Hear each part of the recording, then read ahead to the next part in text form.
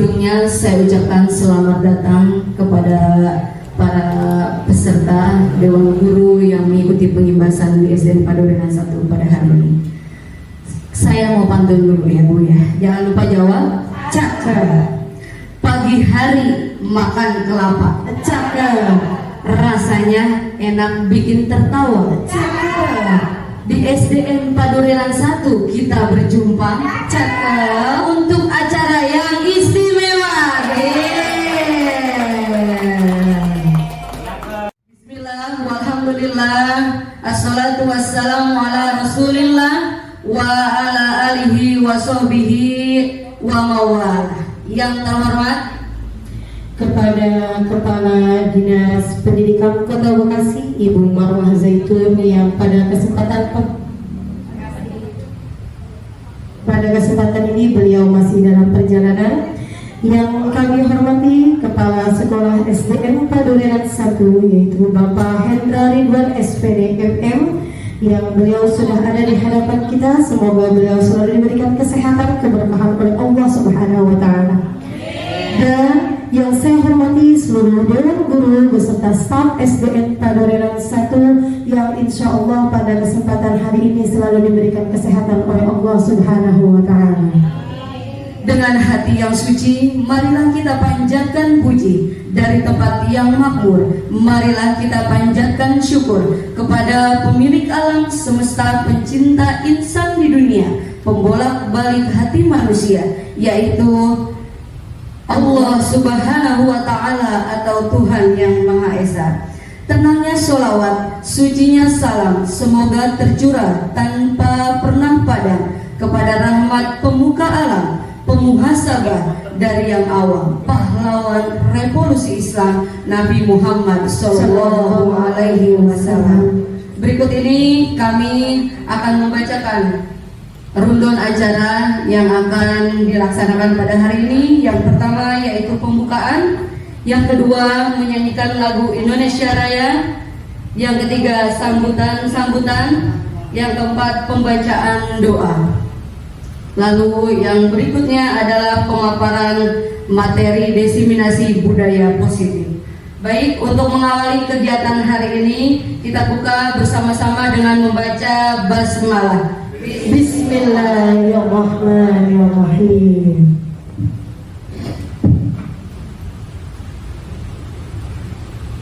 Selanjutnya, mari bersama kita akan menyanyikan lagu kebangsaan Indonesia Raya yang akan dipandu oleh Ibu Desta Dwi Putri SPD.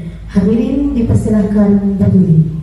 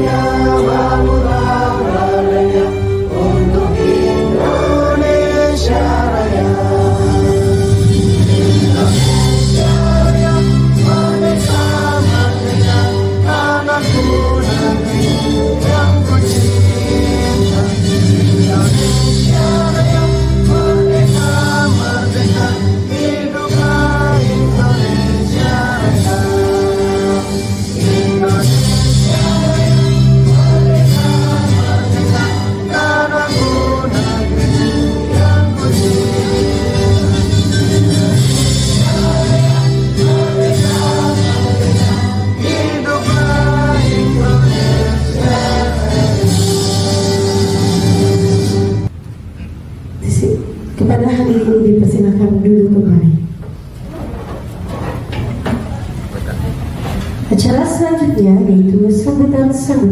Sambutan yang pertama yang akan disampaikan oleh Bapak Kepala Sekolah SDN Padurenan 1 yaitu Bapak Hendra Ridwan SPD MM. Kepada beliau dipersilakan.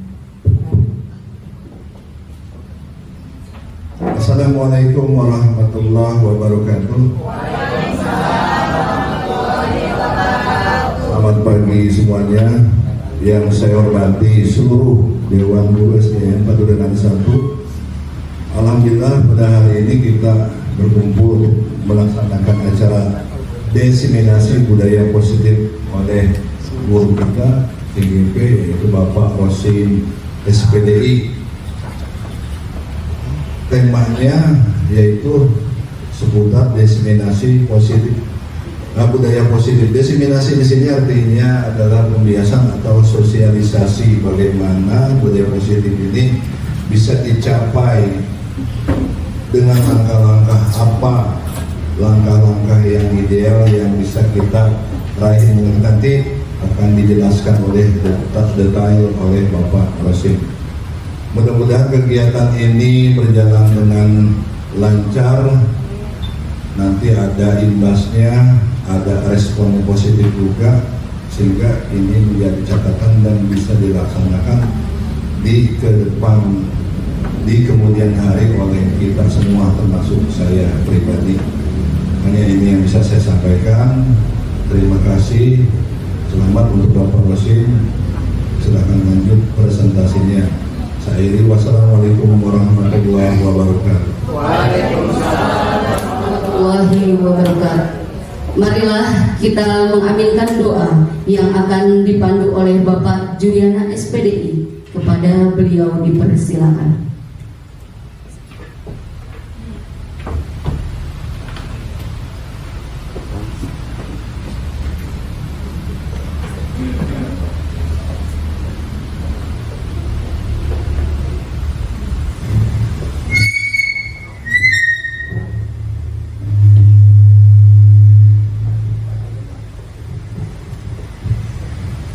Assalamualaikum warahmatullahi wabarakatuh.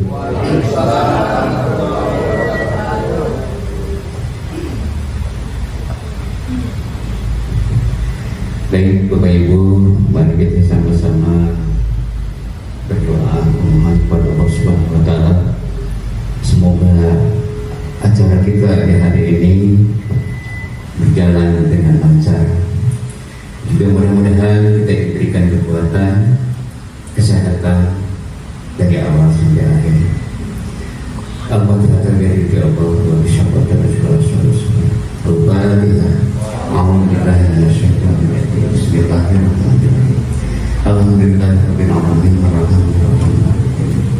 Iyyaka na'budu wa iyyaka nasta'in ihdinas siratal mustaqim.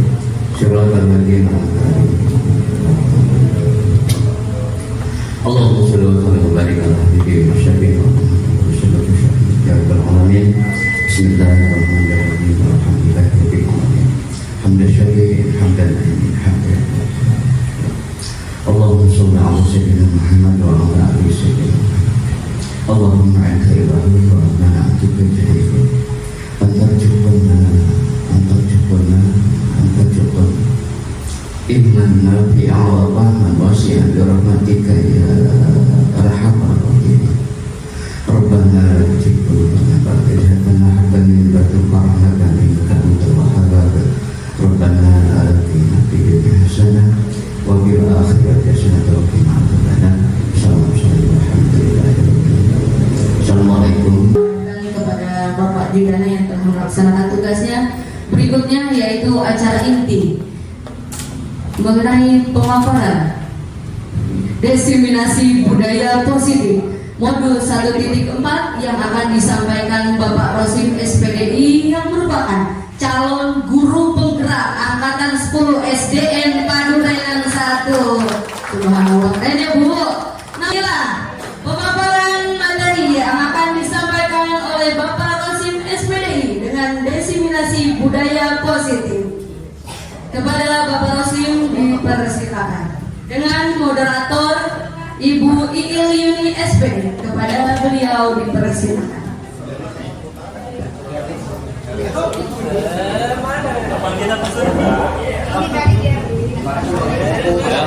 Terima kasih kepada MC. Baik, mohon izin Bapak Kepala Sekolah dan Bapak Ibu Guru semua. Assalamualaikum warahmatullahi wabarakatuh.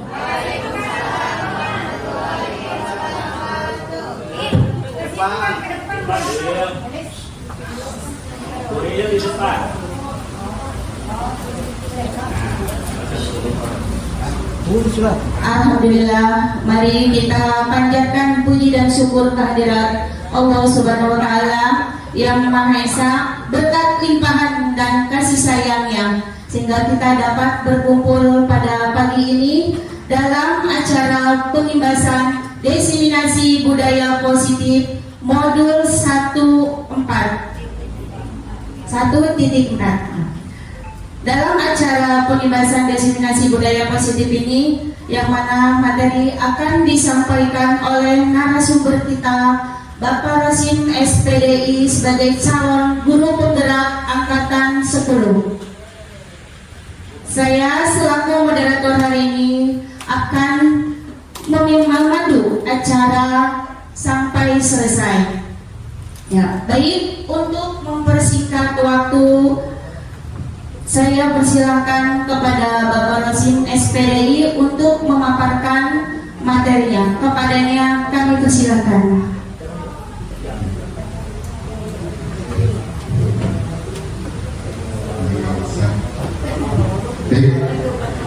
Assalamualaikum warahmatullahi wabarakatuh. Alhamdulillah wassalatu wassalamu ala rasulillah wa ala alihi wa sahbihi wa mawala, amma ba'd. Yang saya hormati Kepala Sekolah SDN Padurenan 1, yang saya hormati pula para rekan-rekan teman sejawat, senasib sepenanggungan, tumpuan hati belahan jiwa. Puji serta syukur kita panjatkan kehadirat Allah Subhanahu wa Ta'ala. Alhamdulillah, pada kesempatan pagi hari ini kita kembali bisa melangkahkan kedua kaki, mengayunkan kedua tangan kita untuk melaksanakan salah satu kegiatan. Ini adalah pengimbasan diseminasi saya selaku CJP angkatan 10, dan ini sudah mencapai ke modul 1.4. Kalau bahasa orang Betawi masih tangih ya, masih jauh. Dan izin mohon maaf teman-teman sekalian kembali dikumpulkan. Ini karena kebetulan kita ada kegiatan IHT. Saya juga ingin menyampaikan pengimbasan sekalian untuk tugas modul 1.4 di aksi nyatanya. Salam serta salam semoga selamanya terlimpahkan kejunjungan alam yang Habibana wa Nabiyana Muhammad sallallahu alaihi wasallam. Bapak Ibu yang saya hormati, pada kesempatan kali ini, kalau kata pepatah ini, saya tidak mengajarkan bebek berenang, saya tidak mengajarkan bagaimana harimau berlari, bagaimana burung terbang, dan bagaimana singa bisa menerkam. Tapi di sini saya berbagi. Diseminasi atau pengimbasan ini adalah berbagi ilmu sesuai dengan amanah dari guru penggerak untuk menyampaikan pengimbasan kepada teman-teman sejawat, teman-teman seperjuangan terkait budaya positif. Seperti halnya sodakoh ya, sodakoh itu kan berbagi. Orang berbagi itu tidak pernah ada rugi. Betul? Orang yang berbagi itu tidak pernah ada yang rugi. Niscaya Allah akan banyak memberi, orang juga banyak memberi, paling tidak sepotong roti atau cek 10 juta yang bisa dicairi. Ya lumayan, ngarep boleh. Baik, sebelum itu saya ingin membacakan satu surat yang dekat dengan kondisi saat ini menjelang Idul Adha. surat apa Bu? Al-Kautsar. A'udzubillahi minasyaitonirrajim. Bismillahirrahmanirrahim. Inna a'tainaka al-kautsar. Fasholli li rabbika wanhar. Inna syani'aka huwal abtar.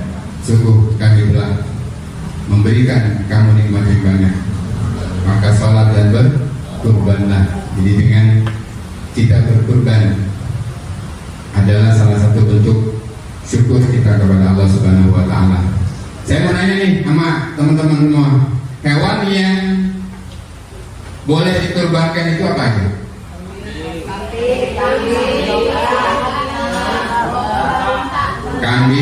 Kambing sama domba jadi juga lah ya. Ada kakak, kambing, sapi, kerbau, unta, terus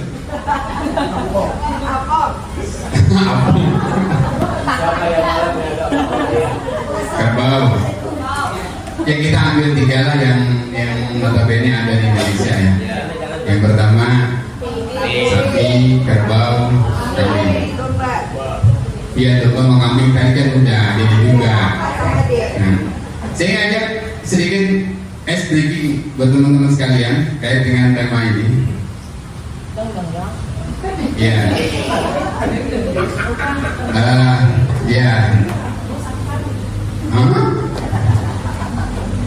Kita bermain kata. Kata kuncinya adalah ikuti kata-kata saya. Bisa ya? Ikuti kata-kata saya. Hewan yang ada di Indonesia itu yang bisa dikorbankan itu paling tidak ada 3 ya. Ini kita anggap sapi. Ini kambing. kerbau. Ya. Ini baik. Ini yang ini. Kalau yang ini baik. Saya ulangi ya. Hewan Indonesia yang biasa dijadikan korban itu paling tidak ada 3. Ini, yang ini, kalau yang ini, kambing. Oke. Tapi kalau ini nggak enak ya kalau gini ya. Jadi tuh kalau gini, ini sapi, ini, yang ini, kalau yang ini kan. Kadang-kadang mau tes lain ya. Apa mau ganti? Ringing ya. Ini sapi. Yang ini? Kalau yang ini? Nah, baik. Paham ya? Paham. Ikuti kata-kata saya. Itu kata kuncinya. Ini? Salah, belum paham. Ini sapi. Ini? Belum paham. Belum paham. Kata kuncinya adalah yang ikuti kata-kata saya. Ini, yang ini.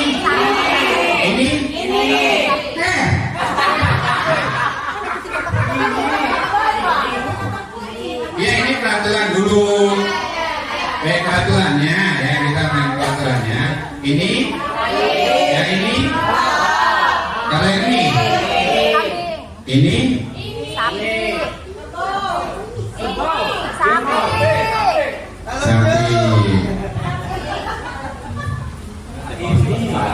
Kalau yang ini betul. Yang ini kerbau. Paham nggak? Paham nggak? Ya kita coba ya. Nah, kalau yang ini kambing. Paham ya? Ini sapi. Oke, paham ya? Betul lah. Ya, tepuk tangan untuk kita semua. Tepuk nyamuk.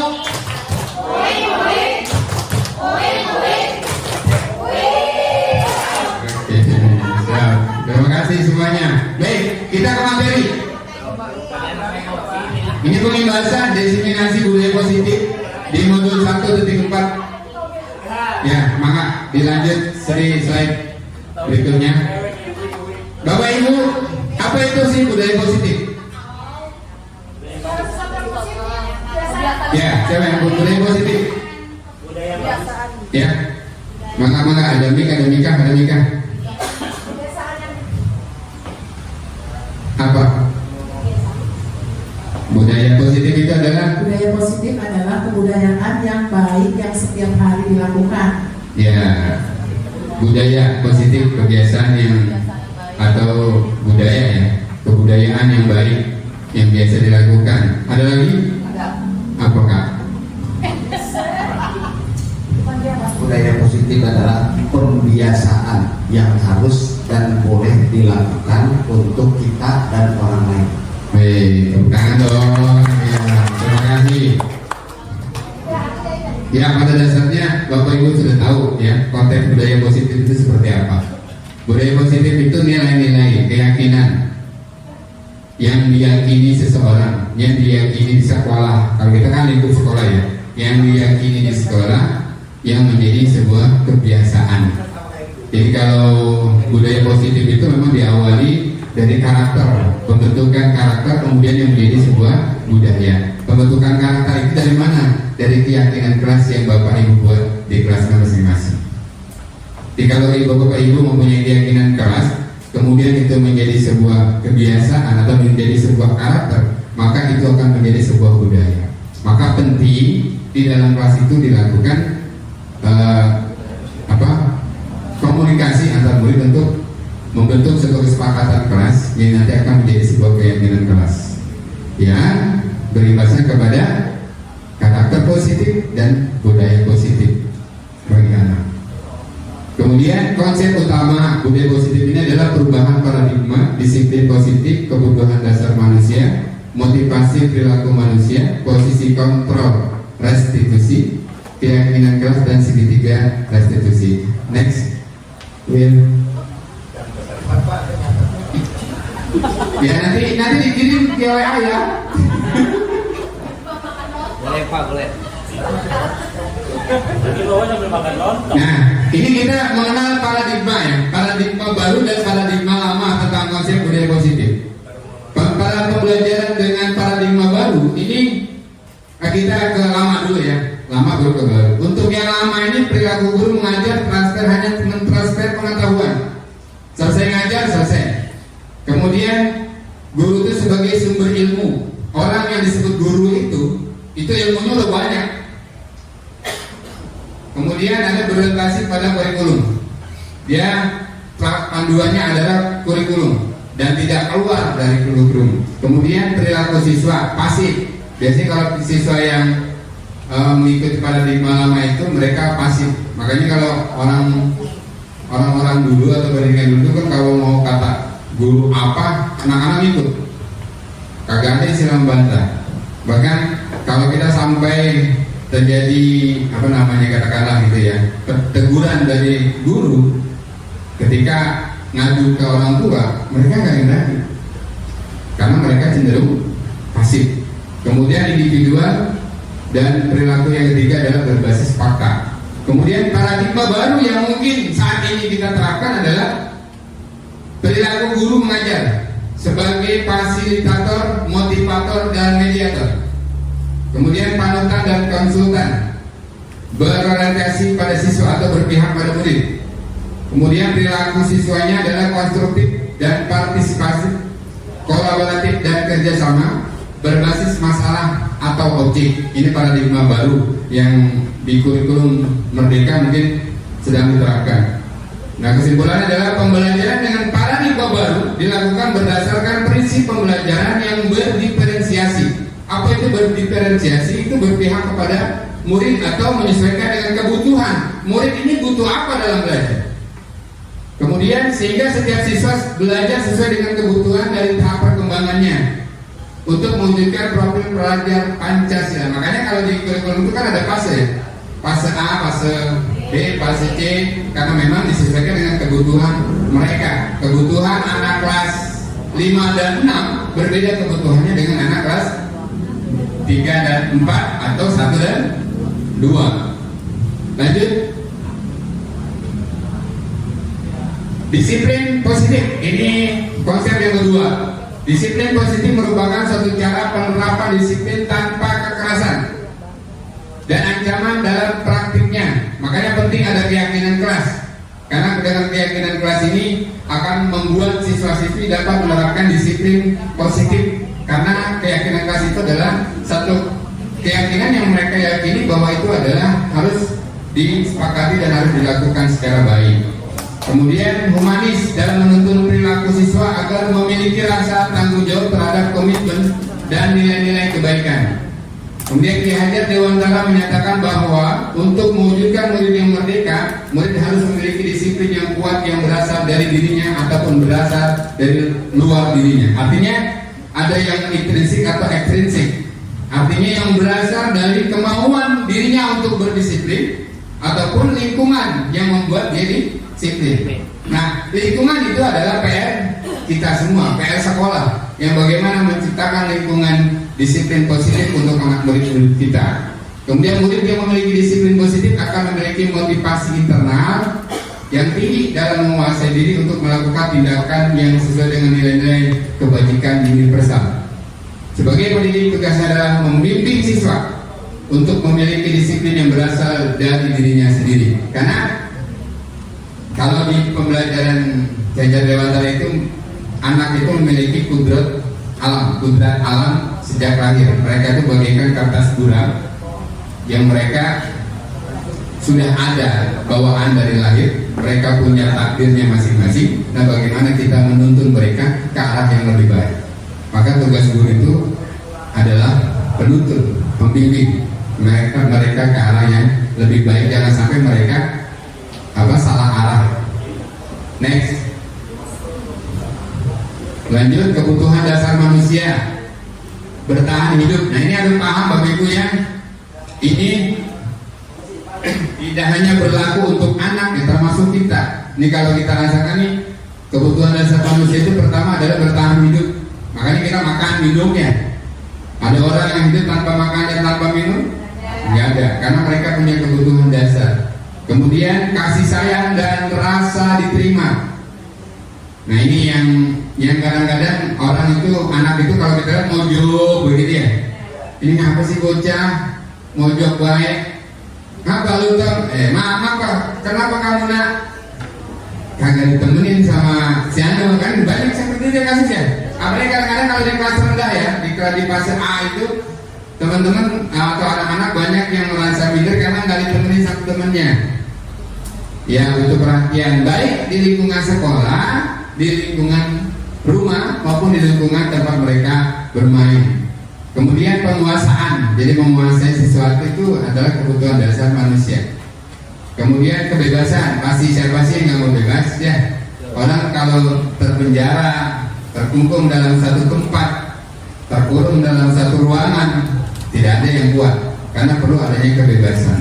Kemudian kesenangan, nah ini pasti ya. Kalau nggak ada kesenangan ya gampang ujung-ujungnya sakit, ya. Gitu, makanya kenapa kebutuhan dasar ini perlu dipelajari.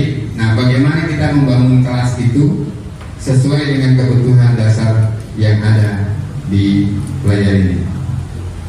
Kalau kita misalkan ingin menuangkan pembelajaran yang nyaman dan menyenangkan, maka kita harus pahami bahwa manusia punya kebutuhan dasar. Lanjut. Kemudian motivasi perilaku manusia. Nih, ini saya sekali lagi bukan berlaku hanya kepada murid. Jadi ini adalah cerminan kita yang kemudian bagaimana kita tuangkan ini kepada anak didik kita. Yang pertama, menghindari ketidaknyamanan atau hukuman. Kenapa mereka memakai rompi pada saat upacara bendera? Ada motivasinya, ada 3. Yang pertama, menghindari ketidaknyamanan atau hukuman. Takut nanti Pak Denny makilin saya ke depan. Takut ada hukum, dihukum. Ntar kalau nggak ada rompi, bahkan anak-anak ada yang gagal mau sekolah karena nggak seragamnya nggak lengkap. Daripada takut hukum. Enggak, saya nggak ikut pinggang. Akhirnya anak-anak ada yang nggak sekolah. Kemudian motivasi kedua, mendapatkan imbalan atau penghargaan dari orang lain. Nah, ini kadang-kadang yang pamrih biasanya orang seperti ini ya, mengharap imbalan atau penghargaan dari orang lain. Kemudian menjadi orang yang mereka inginkan dan menghargai diri dengan apa ini ya? Dengan keyakinan yang mereka percaya.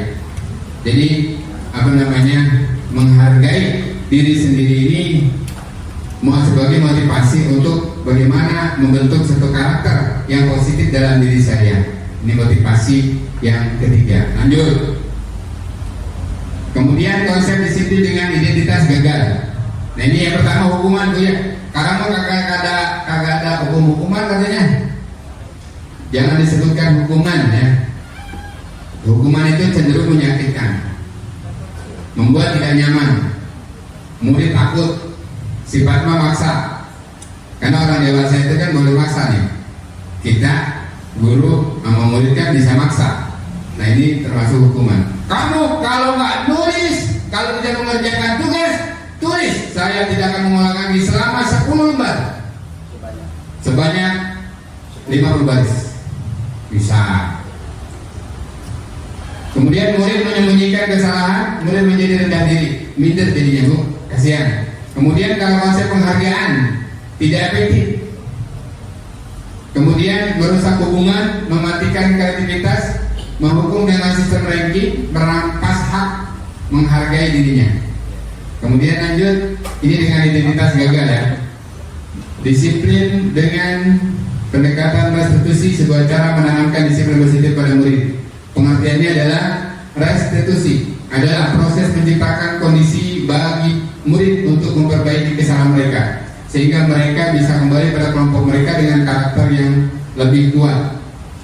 Bukan apa namanya, menebus kesalahan ya, ini ciri-cirinya ya, namun belajar dari kesalahan, memperbaiki hubungan, tawaran bukan paksaan, menuntun untuk melihat ke dalam diri, mencari kebutuhan dasar yang mendasari tindakan, fokus pada karakter bukan tindakan, menguatkan dan fokus pada solusi. Ini adalah ciri-ciri restitusi. Lanjut. Terima kasih. Habis. Terima kasih. Nah ini perbedaannya ya. Perbedaannya. Hukuman, guru menghukum murid hormat bendera selama 10 menit. Guru marah dan murid menjadi takut. Kemudian konsekuensi itu contohnya guru memberikan konsekuensi untuk mengerjakan PR-nya saat istirahat atau dikerjakan sebanyak berkali lipat. Guru tegas dan siswa menghormati peraturan. Ini konsekuensi. Konsekuensi itu biasanya kalau sudah ada kesepakatan, dia melanggar satu kesepakatan, maka itu punya konsekuensi. Nggak bedanya kayak gini. Ada apa namanya? Kita kalau naik motor, naik kendaraan motor khususnya itu kalau mana-mana harus pakai helm.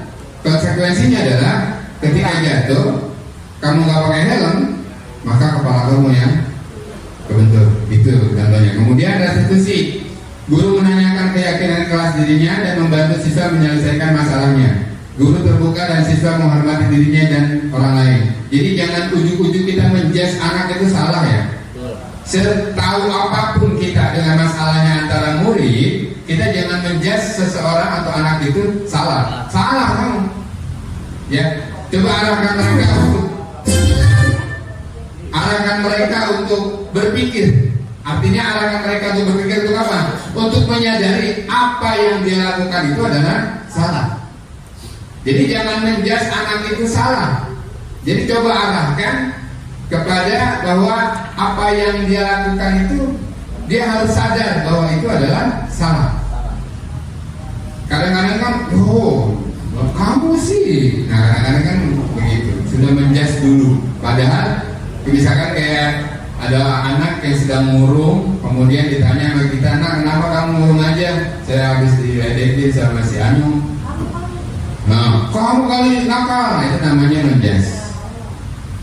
Pertemukan mereka, hadapi, cari solusi sama-sama. Tanya, kenapa kamu lakukan itu? Apa kamu merasa senang dan kemudian solusinya seperti apa? Lanjut. Nah ini contohnya nih, kira-kira kalau diilustrasikan seperti ini. Penghukum. Nah ini gambarannya tuh, pembuat rasa bersalah. Jadi kayak orang apa? Kamu tuh, dia tuh.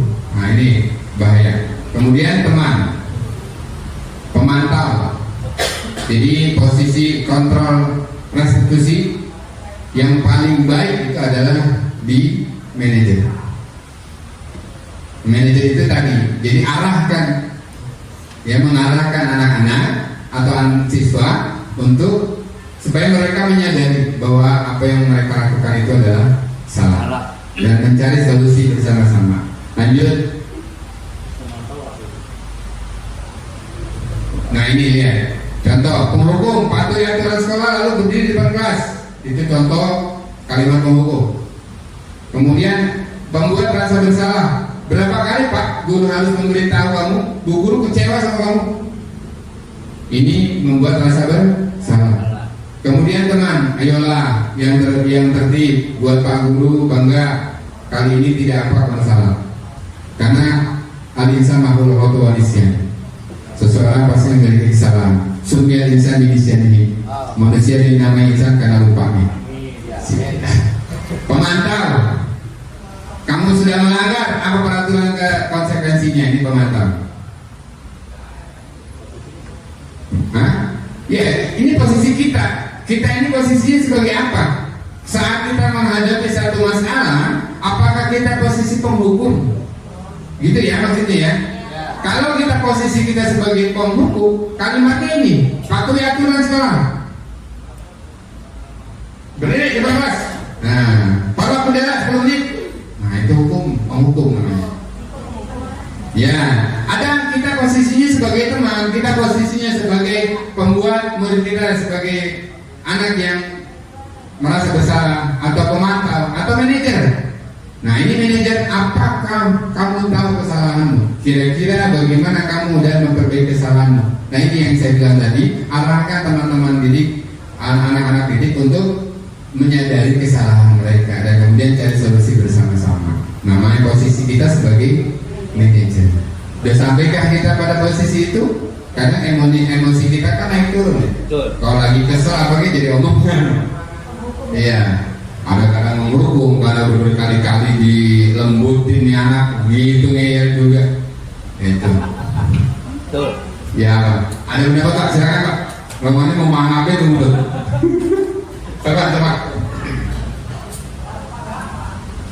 Tahu posisi saya di mana ya? Cuma kalau perasaan, kalau udah merasa berdiri Pak. Biar kelihatan. Iya. Karena yang merasa sih, merasa menghukum, merasa juga, merasa bersalah juga teman atau pemantau, bahkan mungkin manajer pun merasa gitu. Tapi udah merasa manajer tapi akhirnya nggak ada perubahan gitu. Apalagi ini yang harus kita lakukan? Padahal udah tingkat tertinggi itu manajer gitu. Itu Pak, apa ya solusinya? Ya, artinya posisi kontrol ini memang kita di satu waktu memang ada beberapa tempat kita memang di posisi penghukum, ada kita kadang dibuat rasa bersalah. Nah kadang-kadang kan itu orang banyak yang tidak mengerti bagaimana cara menyelesaikan masalah. Nah ini harus PR bagi kita. Ketika kita udah serba salah nih, ini anak udah dibilangin masih aja begitu. Ya ada tetap ya di kulit dawau. Setiap penyakit itu pasti ada obatnya. Ya, yang terakhir adalah tinggalkan saja. Ya, lanjut. Bu Marwah sudah hadir. Nah ini sampai di contoh penerapan 5 posisi kontrol. Dilanjut. Kemudian tadi kita membahas sedikit mengapa harus keyakinan kelas bukan peraturan kelas ya. Kebanyakan kalau peraturan itu biasanya mudah untuk dilanggar. Tapi kalau udah yakin bahwa itu adalah positif, maka itu akan dilaksanakan. Dan kalau peraturan itu bukannya guru saja, bukan orang murid. Kalau kesepakatan boleh kalau guru. Oh bukan, maksud saya gini, ada peraturan memang untuk guru, ada peraturan untuk murid. Kalau kita bicara dengan keyakinan kelas, berarti kita bicaranya guru dan murid. Ya artinya ketika kita membuat keyakinan kelas itu kan akan dimulai dengan kesepakatan kelas dulu. Kesepakatan kelas dulu itu dibentuk dari kesepakatan guru dan murid. Guru yang memberikan arahan, guru yang memberikan ide, kemudian murid yang membuat kesepakatan, dan di situ akan terjadi satu kesepakatan antara guru dan murid dan menjadi keyakinan kelas itu.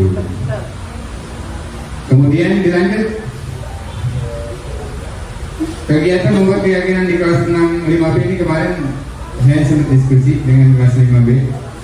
Nah, di sini contoh diskusi tentang peraturan dulu, kita buat peraturan dulu seperti apa, atau keinginan yang ingin dicapai untuk kelas 5B itu seperti apa. Kemudian merumuskan peraturan menjadi sebuah keyakinan. Peraturan keras yang mereka buat, contoh seperti, jadi kalau ke peraturan itu kan kadang-kadang bahasanya lebih luas. Nah, untuk keyakinan kita sederhanakan. Kemudian anak-anak menempelkan tuh peraturan yang mereka inginkan seperti apa. Ada yang bahasanya tidak boleh makan dalam kelas, kemudian tidak boleh datang terlambat.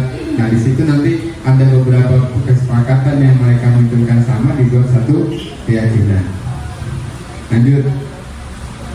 Kemudian ini sebenarnya video ya, tapi karena memang ini PPT jadi tidak, kalau di kampus atau di bentuk video. Lanjut. Nah, ini bagaimana membutuhkan keyakinan kelas itu. Ini ibu-ibu atau teman-teman bisa nanti buat atau bahkan kalian yang sudah membuat keyakinan kelas di kelasnya. Sini ada bahasa yang barangkali digunakan untuk membuat keyakinan kelas, lebih abstrak dari peraturan. Lebih abstrak itu bisa katakan lebih umum ya, lebih umum dari peraturan. Berupa pernyataan universal menyeluruh, tidak hanya modelnya begini. Membuang sampah pada tempatnya. Keyakinan kelasnya apa? Menjaga kebersihan, kayak gitu ya. Kemudian datang tepat waktu. Keyakinan kelasnya kedisiplinan. Kemudian dibuat dalam bentuk positif. Ya, keyakinan kelas itu kalau orang yakin sesuatu itu positif, ya lakukan. Tapi kalau itu negatif, tinggalkan. Kemudian sedikit saja akan mudah diingat. Jadi sedikit, cakupannya universal, menyeluruh, sedikit, tapi padat ya. Tapi mencakup untuk seluruh. Kayak misalkan kalau kedisiplinan itu tidak hanya datang tepat waktu, berseragam dengan sesuai hari, ini juga disiplin. Kemudian sesuai kondisi kelas dan sekolah agar mudah diterapkan, sesuaikan dengan kelas kita. Makanya kesepakatan itu diambil oleh masing-masing anak kan? Anak. Nah, nanti yang mereka buat kondisi kelas itu sesuai dengan keinginan anak. Jadi mereka tidak terpaksa. Saya membuat keyakinan oleh saya membuat peraturan dan keyakinan kelas itu oleh saya sendiri, dan saya juga yang wajib melaksanakan gitu. Kemudian semua warga kelas sekolah dilibatkan saat pembuat. Kalau misalkan kita nih ya sebagai lingkup instansi sekolah atau lembaga, maka guru beserta kepala sekolah, TU dan sebagainya membuat kesepakatan dan membuat keyakinan. Kalau kemudian nanti dituangkan ke guru. Nah, dari keyakinan kelas itu, maka satu kemarin itu adalah visi dan misi sekolah. Lanjut. Nah, ini ada segitiga restitusi, ya kurang S-nya. Restitusi adalah proses menciptakan kondisi bagi murid untuk memperbaiki kesalahan mereka, sehingga mereka bisa kembali pada kelompok mereka dengan karakter yang kuat. Ada orang ketika melakukan kesalahan, kalau Anda sebagai posisi penghukum, maka orang itu tadi apa akibatnya? Bisa menjadi rendah diri, tidak bisa bergabung dengan kelompoknya. Tapi kalau kita mengarahkan kepada mereka untuk bisa menyadari apa kesalahannya, maka ketika kembali kepada kelompoknya, karakter mereka itu lebih kuat. Oh, saya tidak mau melakukan hal yang sama seperti kemarin, karena kemarin saya sudah ditegur. Hari ini saya akan menjadi lebih baik. Kira-kira seperti itu. Lanjut. Nah, ini restitusi, menstabilkan identitas. Maka tadi tidak langsung menyalahkan. Semua pernah melakukan kesalahan. Jadi kayak bahasanya, ya semua orang pernah melakukan kesalahan, tapi kesalahan itu jangan selalu diulang, tapi harus diperbaiki. Kemudian validasi tindakan yang salah. Kenapa kamu melakukan itu? Validasi dulu. Alasan dia melakukan kesalahan itu apa? Dan kemudian menanyakan keyakinan. Kemudian keyakinan yang sudah dibuat itu apakah hanya sekedar keyakinan yang kemudian bisa dilanggar? Kembalikan kepada hakikat mereka ketika melakukan kesalahan, melakukan satu kasus, maka ingatkan kepada keyakinan kelas yang dibuat, ya. Kemudian, nah ini di sana, kamu tentu punya alasan mengapa melakukan itu. Kemudian adakah cara yang lebih efisien untuk mendapatkan apa yang kamu butuhkan? Nah ini salah satu validasi kebutuhan ya. Kemudian nilai apa yang telah kita sepakati, kamu ingin menjadi seorang yang seperti apa, itu bagian dari meyakinkan keyakinan dan menstabilkan identitas. Setiap orang pasti pernah melakukan kesalahan. Kamu bukan satu-satunya yang pernah melakukan ini, itu ya. Jadi tidak akan muncul rasa minder, rasa rendah diri. Lanjut. Nah ini yang pernah saya lakukan di kelas 6. Kenapa saya lakukan lebih gampang untuk komunikasi ya. Dan mereka sedang dalam pelajaran olahraga. Sini ada Anissa dan Anjani. Sari kasus ini sebenarnya ada videonya. Lanjut. Nah ini, jadi kalau kita urutkan seperti ini kira-kira segitiga restitusi. Tadi kasusnya ya, ada Dinda apa yang kamu lakukan tadi terhadap Nisa sampai Dinda menunduk. Kemudian saya iseng aja ingin mencadainya. Kadang-kadang kan makanya saya pernah bilang orang bully itu mau bercanda beda tipis ya.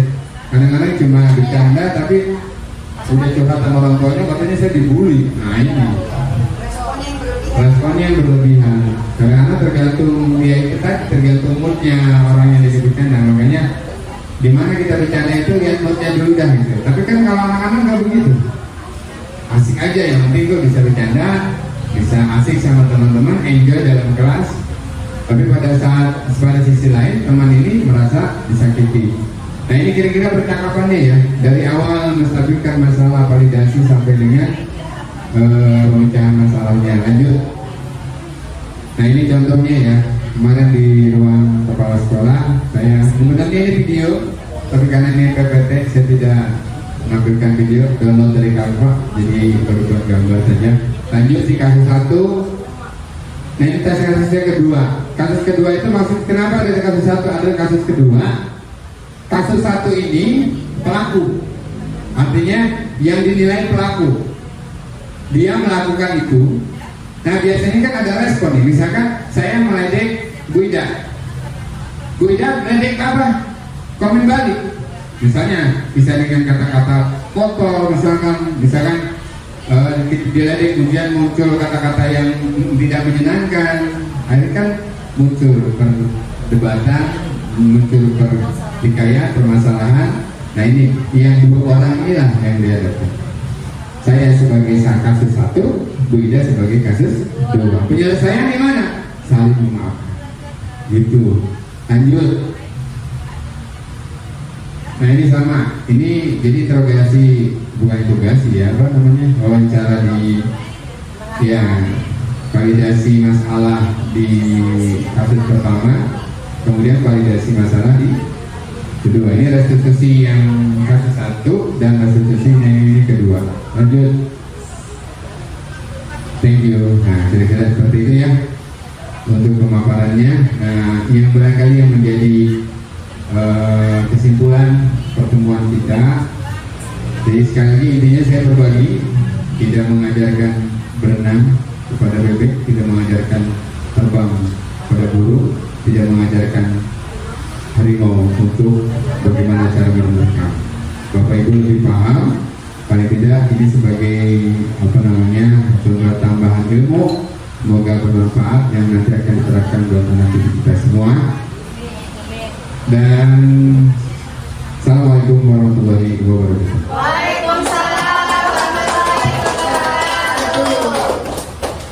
Assalamualaikum warahmatullahi wabarakatuh. Waalaikumsalam warahmatullahi wabarakatuh. Perkenalkan, saya Elis Istiqomah. Saya merupakan guru di SDN Padurenan 1.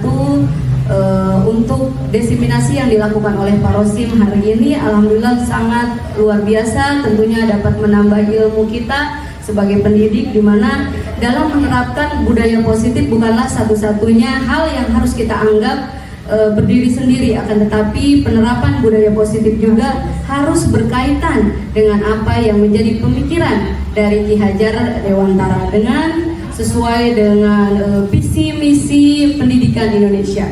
Kemudian oleh karena itu Budaya positif juga harus kita ajarkan kepada anak didik kita sedini mungkin, sebab budaya positif berfungsi sebagai identitas dan filter mereka dalam menghadapi zaman dengan pengembangan intelektualitasnya. Terima kasih, semoga terus semangat untuk Parosim dan sukses. Wassalamualaikum warahmatullahi wabarakatuh. Waalaikumsalam warahmatullahi wabarakatuh. Assalamualaikum warahmatullahi wabarakatuh. Waalaikumsalam warahmatullahi wabarakatuh. Saya Ida Swaida, guru kelas 5B. Alhamdulillah, terima kasih banyak atas diseminasi yang dilaksanakan oleh Bapak Rosim SPDI selaku calon guru penggerak angkatan 10. Ya, sesuai dengan apa yang tadi sudah disampaikan oleh beliau berkaitan dengan budaya positif, betul sekali bahwasanya kita selaku pendidik harus berkolaborasi baik dengan siswa, orang tua, kemudian iklim sekolah juga berkaitan dengan budaya positif. Tadi yang disampaikan oleh Pak Rosim berkaitan dengan keyakinan kelas yang harus diterapkan di kelas kita masing-masing tanpa paksaan. Mudah-mudahan kedepannya kita selaku pendidik bisa menjadi seorang pendidik yang dirindukan oleh anak didik kita, yang diingat selalu, dan kita juga selalu bisa menerapkan apa yang sudah disampaikan dan dijelaskan oleh Pak Rosim dalam kehidupan sehari-hari kita selaku pengajar. Terima kasih banyak untuk Pak Rosim, semoga sukses selalu dan semangat. Wassalamualaikum warahmatullahi wabarakatuh.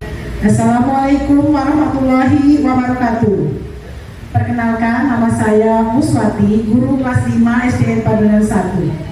Sebelumnya kami ucapkan terima kasih yang sebanyak-banyaknya kepada Pak Rosim SPDI yang telah memberikan diseminasi yaitu budaya positif modul 1.4. Beliau adalah calon guru penggerak angkatan ke-10.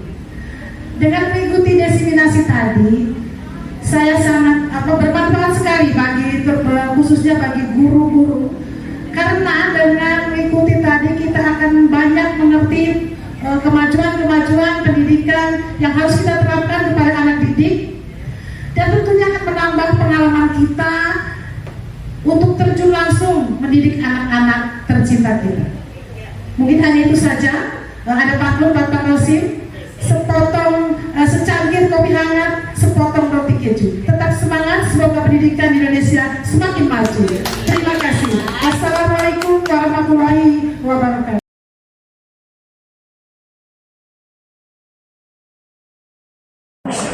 Assalamualaikum warahmatullahi wabarakatuh. Waalaikumsalam warahmatullahi wabarakatuh. Semangat pagi. Luar biasa,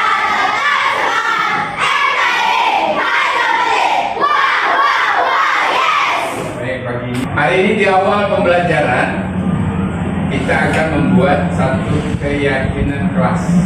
Nanti ini akan menjadi sebuah, kita akan membuat kesepakatan yang nanti akan menjadi keyakinan yang kita harus laksanakan, harus menjadi komitmen kita bersama menjadi orang-orang yang berkarakter positif. Bisa dipahami ya? Baik, selanjutnya kita akan membuat sebuah kesepakatan. Baik, nah, ini Bapak akan bagikan ini satu-satu. Silakan kalian tulis.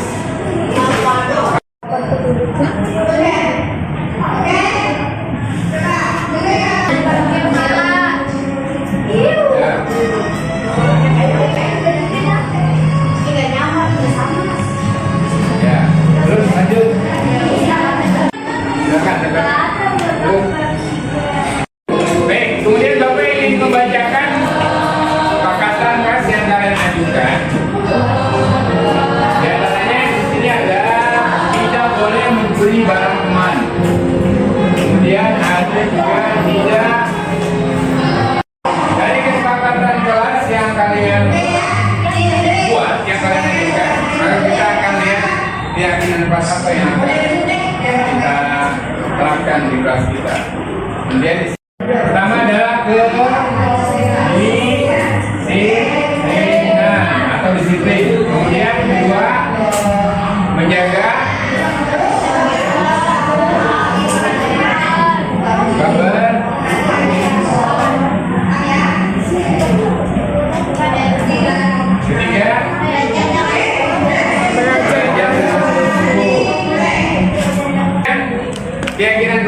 sudah buat dan nanti akan kita buat ya. Kita buat di sini poster tentang keyakinan kelas yang sudah kita sepakati.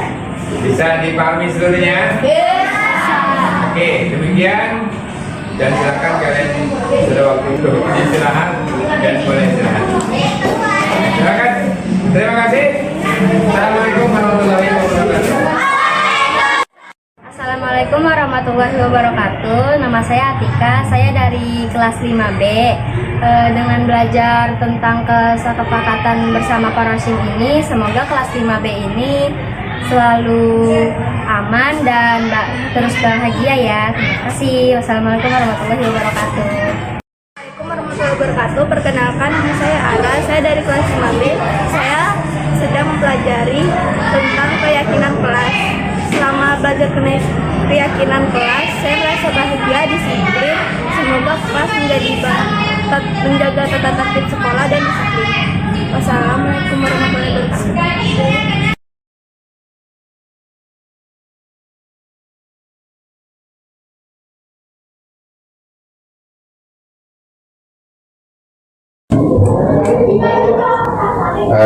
Dinda, tadi kamu berbuat apa sama Nisa sampai ada masalah di kelas? Saya mengganggu dia membuat tugas, Pak. Mengapa kamu melakukan itu? Saya iseng saja, Pak. Hanya ingin bercandanya saja. Dinda, kamu tahu nggak dengan kamu usir sama Anissa, memancing emosinya sehingga dia bisa mengeluarkan kata-kata kotor dan kamu bisa ada dalam masalah? Iya, Pak, saya tidak sengaja. Ya, saya tadi hanya ingin bercanda. Baiklah, Bapak di sini bukan mencari siapa yang salah ya. Di sini Bapak atau di sini kita mencari bersama-sama, berpikir bersama-sama tentang apa yang bisa kita lakukan untuk menyelesaikan masalah ini.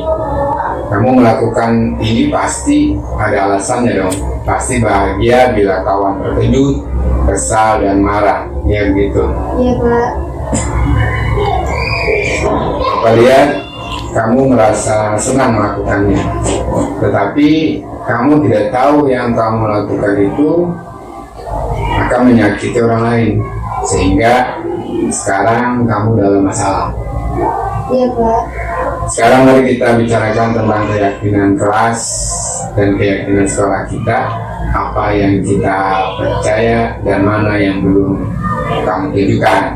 Bersikap baik sama orang lain, menghargai sesama teman dan saling menghormati sesama teman, Pak. Kamu mengingat dengan detail keyakinan kelas kita, tapi dengan mengganggu teman, membuat tugas itu bisa menghargai dan bersikap baik teman atau tidak? Tidak, Pak. Kamu ingin menjadi orang seperti apa kalau terus bersikap usil di kelas? Saya ingin menjadi orang yang baik dan bisa menghargai teman, Pak. Baiklah, sekarang apa yang bisa kamu lakukan untuk menyelesaikan masalah ini? Saya akan minta maaf kepada Anissa dan berjanji untuk tidak mengulangi lagi, Pak. Bagus, tapi sekiranya nanti diulang lagi gimana? Saya bersedia menerima sanksi yang Bapak berikan. Baiklah, sekarang silakan masuk ke kelas dan meminta maaf kepada Anissa karena telah berbuat usil ya. Baik, Pak, terima kasih. Ini berjemputan. Silakan kembali ke kelas. Assalamualaikum warahmatullahi wabarakatuh. Perkenalkan, nama saya menjadi Indah Audrey. Saya dari kelas 6B. Saya berterima kasih kepada Pak Guru karena telah mengajak saya berdiskusi untuk menyelesaikan permasalahan ini. Saya senang sekali karena diajak berdiskusi dengan Pak Guru. Saya tidak akan mengulangi kejadian seperti tadi lagi, seperti mengganggu teman saat membuat tugas. Terima kasih. Wassalamualaikum warahmatullahi wabarakatuh.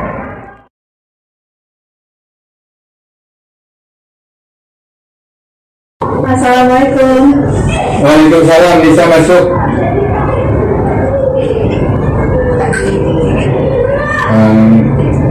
bisa mau Bapak panggil ke kantor ya.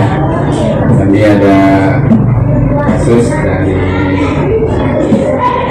Linda yang cerita katanya diusir sama kamu.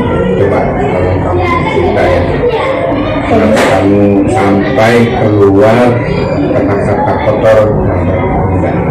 Tadinya saya sedang belajar Pak, saya sedang serius. Apakah dengan mengeluarkan kata-kata kotor solusinya? Tidak Pak, saya keceplosan, tadi saya sedang emosi. Apakah kamu tahu, Miss, mengeluarkan kata kotor itu tidak hanya dengan manusia saja, kamu akan bermasalah juga jika Allah mau mendengarnya. Ya Pak. Baik, Bapak tidak ingin terus mengukir kesalahan ya. Kamu sudah tahu kalau kamu salah kan? Sekarang Bapak ingin mencari penyelesaian bersama-sama, sama-sama berpikir apa yang bisa kita lakukan untuk memperbaiki situasi ini. Kamu melakukan pasti punya alasan kan? Pasti kamu ingin diakui dan dihargai bukan karena sedang membuat tugas. Sekarang mari kita bicara tentang keyakinan kelas dan keyakinan sekolah kita ataupun kesepakatan kelas kita. Apa yang kita percaya, mana yang Anissa belum tunjukkan. Kita harus saling menghormati dan menghargai satu dengan yang lainnya Pak. Kita harus berbuat baik kepada orang lain. Kamu mengingat baik kesepakatan kelas dan keyakinan kelas kita. Apakah dengan mengeluarkan kata-kata kotor di depan guru kamu menghargai dan menghormati orang lain? Tidak Pak. Sekarang apa yang kamu bisa lakukan untuk menyelesaikan masalah ini? Saya akan minta maaf Pak. Baik, minta maaf itu mudah, tapi bagaimana ke depannya? Saya berjanji tidak menggunakan kata kasar lagi Pak.